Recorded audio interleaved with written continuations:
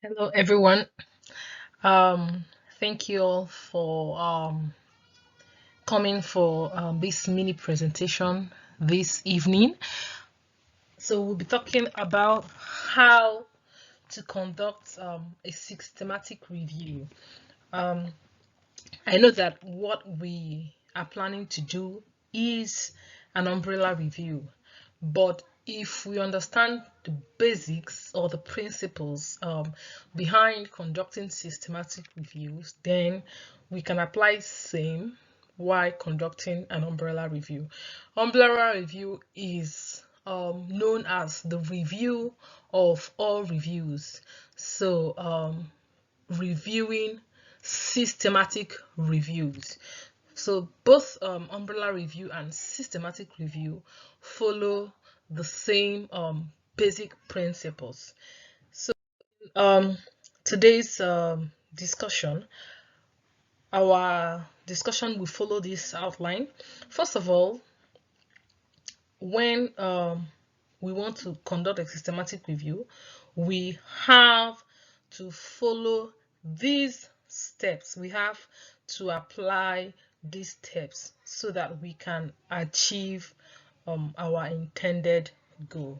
So today we will look at assessing the need for a systematic review, assembling a team, developing the research question, and determining what will be our inclusion and exclusion, and then developing a protocol, searching the literature, reviewing the studies that we have extracted, and then analyzing this data that we are able to collate, writing up the review, and then updating our search. So the first one on it is assessing the need for a systematic review. The first question we have to ask ourselves is, why are we doing this systematic review? Why are we doing this umbrella review? Is there a need to do this systematic review? Are we trying to identify a gap in literature, or are we trying to develop future areas for research? Have we looked at most of the systematic review domains like the Cochrane and Prospero to see if this systematic review have been done before? It's pointless repeating a systematic review that has been previously done. So are there enough results or findings on the particular topic that you want to review? And then why are you reviewing it? Are the findings conflicting? Are you trying to amalgamate these results into one point? So these are the questions we ask ourselves before we even start the systematic review or the umbrella review. So after asking these questions and we are convinced that there is a need to conduct this systematic review, then it's time to get the team together. Systematic review and umbrella review are classified as type 1 evidence, and it requires lots and lots of skills and experience. So it would be a brilliant idea to get a team of experts, an expert in the subject area. For instance, we are looking at supplements, so we look for an expert or someone that has done an extensive research on supplementation, and then we look for systematic review experts. Systematic review experts are those researchers that we call evidence-based researchers. Most of their research works is on extracting evidence gathering evidence. So they have extensive experience with systematic review, umbrella review, even narrative review or scoping reviews.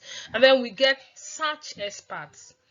Most search experts by training are librarians. So they are trained to to search for literature in most of these search engines, and also they have that training to extract articles, or there's what we call gray literature. So they have that training on getting the right articles for you for your systematic review. And then we have the method experts. These are the people that will look at the protocol and then find out the limitation even before you start the systematic review.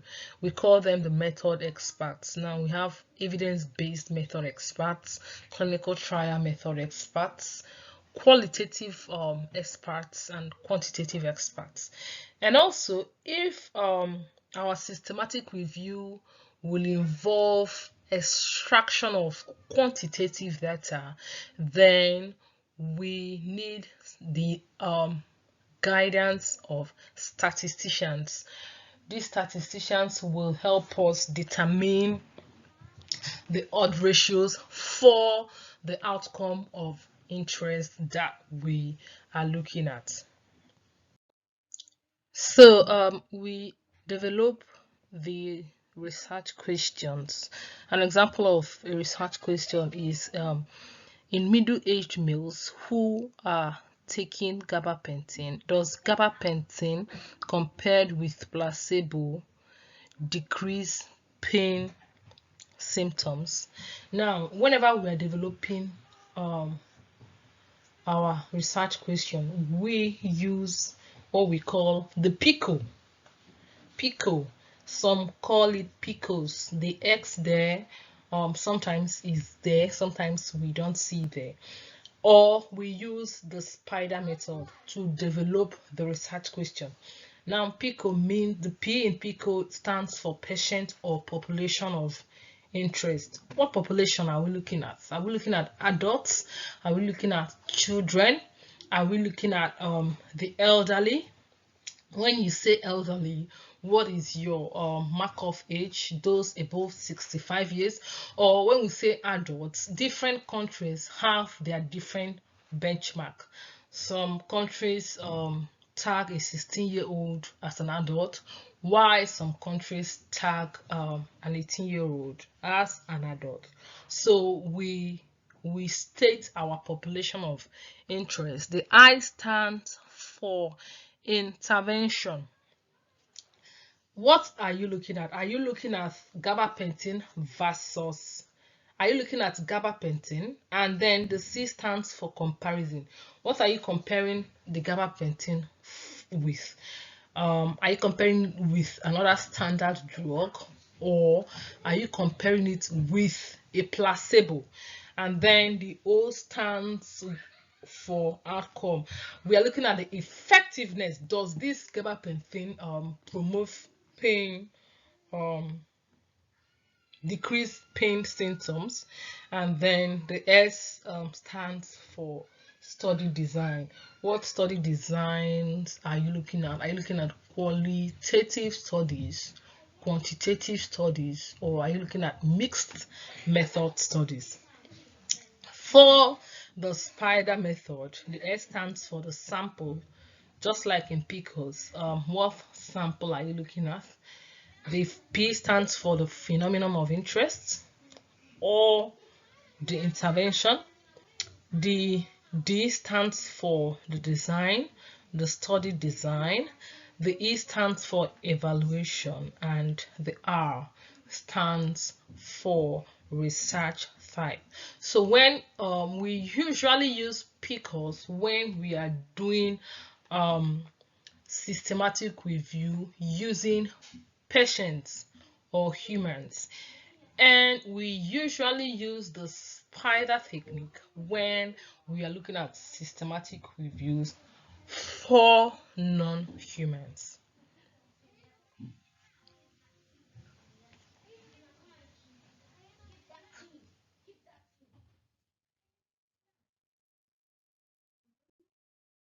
Now we look at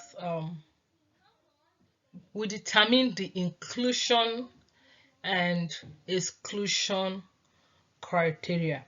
The inclusion and exclusion criteria helps us to set the boundaries. They are determined after settling the research questions, usually before we start conducting the study. But however, before we state our inclusion and exclusion criteria, it's best to do a scoping or like a raw search to find out if we can actually find enough articles for our phenomenon of interest. It doesn't really make sense if we say we want to do a systematic review, develop a protocol, publish the protocol, and then when it's time to search the literature, we find out that we can't even get as much as 5 articles on the subject area. So before being strict on your inclusion and exclusion criteria, it's best to do a scoping search, or what we call a raw search, to ensure that there is enough information on your phenomenon of interest.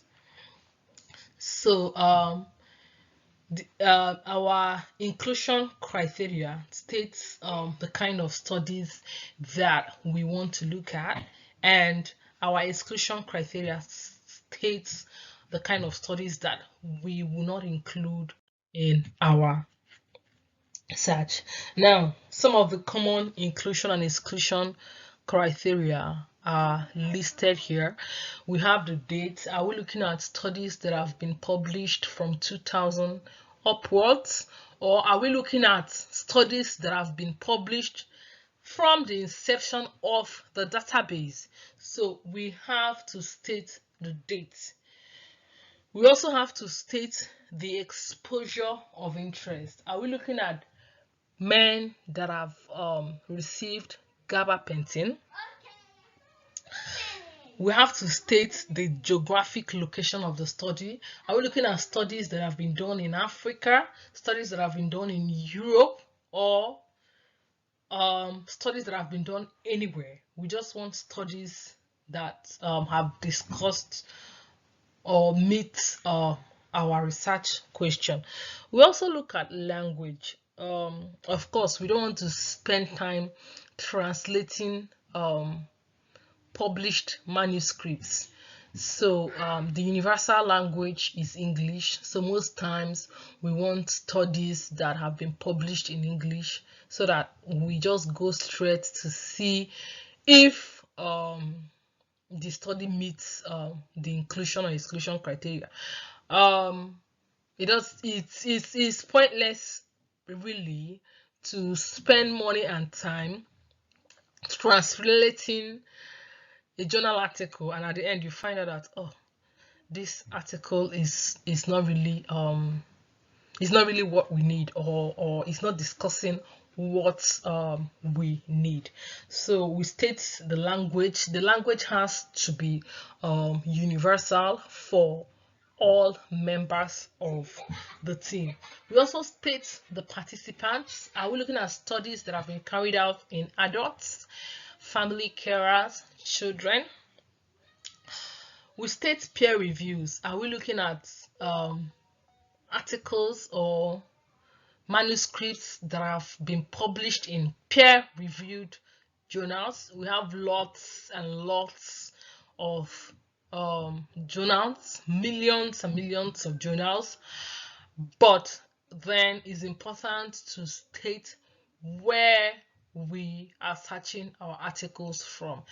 Most peer-reviewed articles are expected to achieve a certain level of quality. So is very important to state whether we are going to be including theses, whether we are going to be including unpublished manuscripts, whether we are going to be including newspaper publications, or whether we are going to be including podcasts or shows. So these ones I mentioned later are not peer reviewed. So including materials that are not peer reviewed obviously will affect or the study, and it will give room for that bias. So we also look at the reported outcomes. Are we looking at studies that reported the effectiveness of supplementation, or are we looking at studies that looks at clinical outcomes, that reported clinical outcomes, or that reported humanistic outcomes? So what reported outcomes are we looking for? We also look at settings. So are we looking for studies that are conducted in the community or in primary care settings, or are we looking for studies that were conducted in public hospitals or tertiary hospitals? We also state the study design. Most systematic reviews look at only quantitative studies. Some specify that they are looking at only qualitative, while some are generous enough to look at both quanti, as well as mixed method studies. Now we also look at the type of publication, just like we mentioned earlier about peer-reviewed materials. These studies published in, are they published in PubMed? Are they published in quality journals? Are they published in journals with impact factor? These are the ratings that we use to assign quality to some journals. Now, when we are done stating our inclusion and exclusion criteria, it is time to develop the study protocol. Now, your study protocol must contain your research question. It must contain your inclusion criteria using PCOS if you are working with patient population. It must contain your search strategy. It must contain your data extraction, your study selection method. It must contain the steps you hope to use to assess quality or risk of bias. And also it must contain steps you hope to use to extract data from these materials. Also, the protocol should contain how you intend to analyze these studies and how you tend to report your findings as well as disseminate them. Now, when we finish drafting our protocol, it is advised that we register our protocol in a recognized registry. We have the Cochrane registry, we have Prospero for registering systematic reviews and umbrella reviews, and we have the OSF, Open Science Framework, for registering scoping reviews or just literature narrative reviews. Unfortunately, Prospero does not register scoping reviews or narrative reviews, so they are limited to systematic reviews and umbrella reviews. So we advise researchers to register the protocol in a recognized database. Now, one of the advantages of registering the protocol is that it gives you something you are running with when you must have registered this protocol. And some people go a step further to publish the protocol in a peer-reviewed quality journal. It gives you like a map you are using to work, so that you don't initially say you are doing a systematic review for supplements and then halfway you find out that there are no articles and then you change or switch topic. So the protocol is like a guide, like a manual or a cookbook. So we look at the protocol at each stage of the study and make sure that we are adhering to the protocol. Now, after publishing the protocol, it's time for the search. Now, before we start searching the databases, we have to determine the problem we are searching and then identify the variable terms: adults, male, female, or 18 years plus. So if we want to do a systematic review on family carers, some people may call it unpaid carers. So we look for variable different themes. Another classical example is for if we are looking at want to take systematic review on self-care management. Some publications may term it non-pharmacological management. So we identify the variable terms that are used and then we conduct a computer search. We advise to use as much as 5 databases. We have the Cochrane, we have the PubMed, we have the Medline. We conduct this search using this recognized electronic basis. Also, we can decide to search the gray literature. These are like unpublished materials.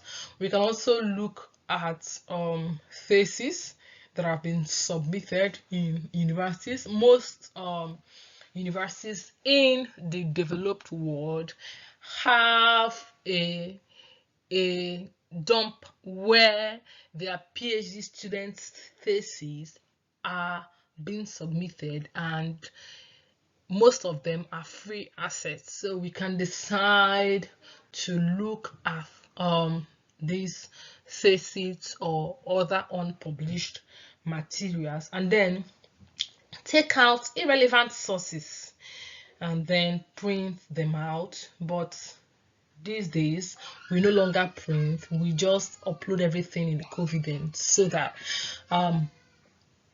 all the members of the team can see the articles that we want to use for our review.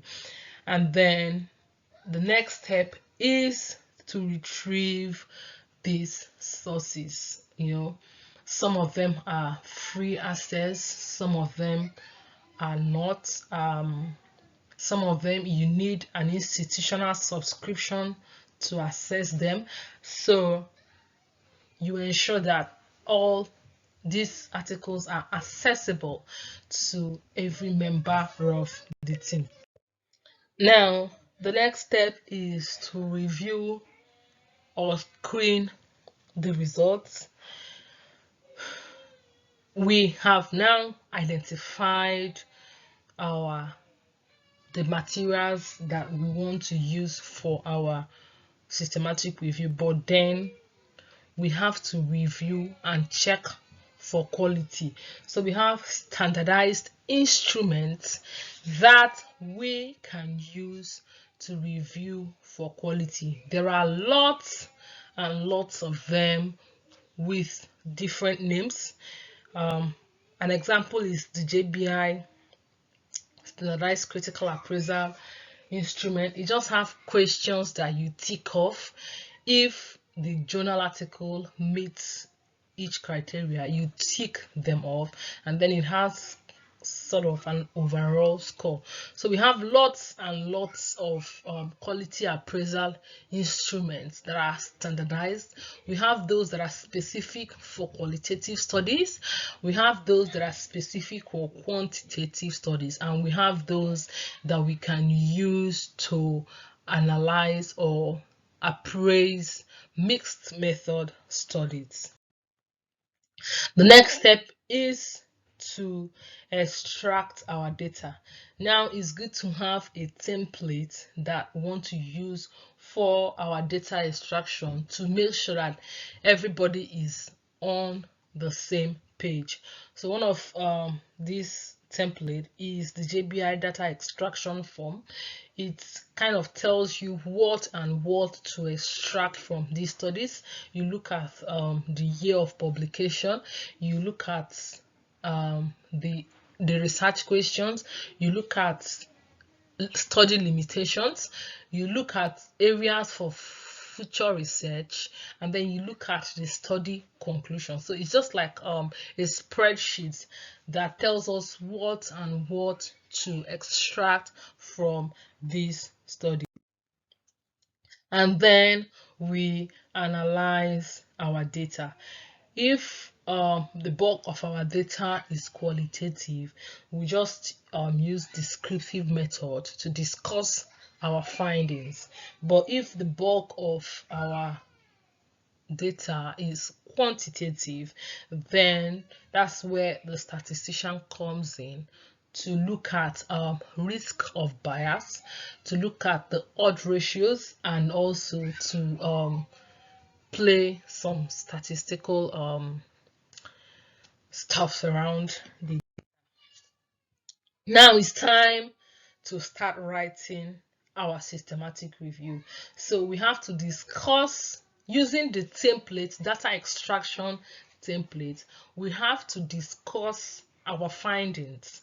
So if, like I said earlier, if our data is mostly qualitative, we use the descriptive method to talk about what we found from during our search, and try to link these studies together, point out areas where they agree, and point out areas where they disagree, taking cognizance of the uniqueness of each article. So if a particular drug improves a sort of clinical outcome, this drug is it used in a specific population, and is it used in a specific setting, and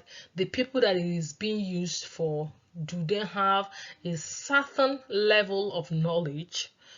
So this comes to play when we are now writing up the discussion. So where most people go to is the discussion. So we also talk about the gaps in literature, what these studies have found about, but then no study has been conducted on this particular area. So people that are looking for areas of future research can capitalize on the gaps or the limitations, and develop their own research. Now it takes about a year, roughly a year, to do a proper systematic review or an umbrella review, assuming that every other member of the team are busy.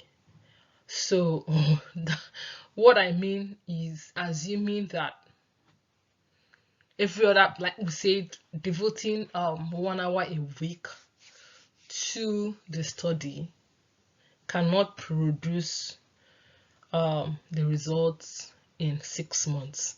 So it takes roughly 12 months to 18 months to conduct a systematic review, and most times within that period we notice that new studies have been published or have been done on the area. So we have to go back to manually update our search and make sure that we include any new publication that has been made during the period of our search.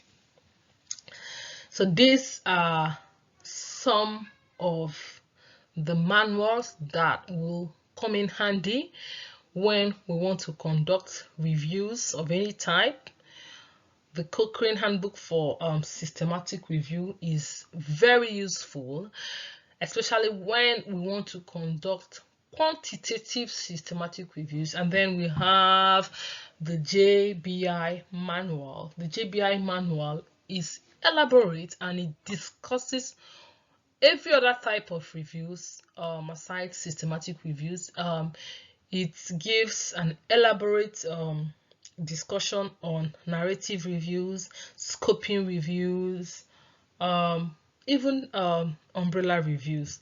The JBI manual is a must-have, and I think it's free to download. I have a copy and I will share it with the group. So the JBI manual will give us the step-by-step guide in any type of review we intend to carry on. Thank you very much for listening, and at this point I am happy to take questions from you.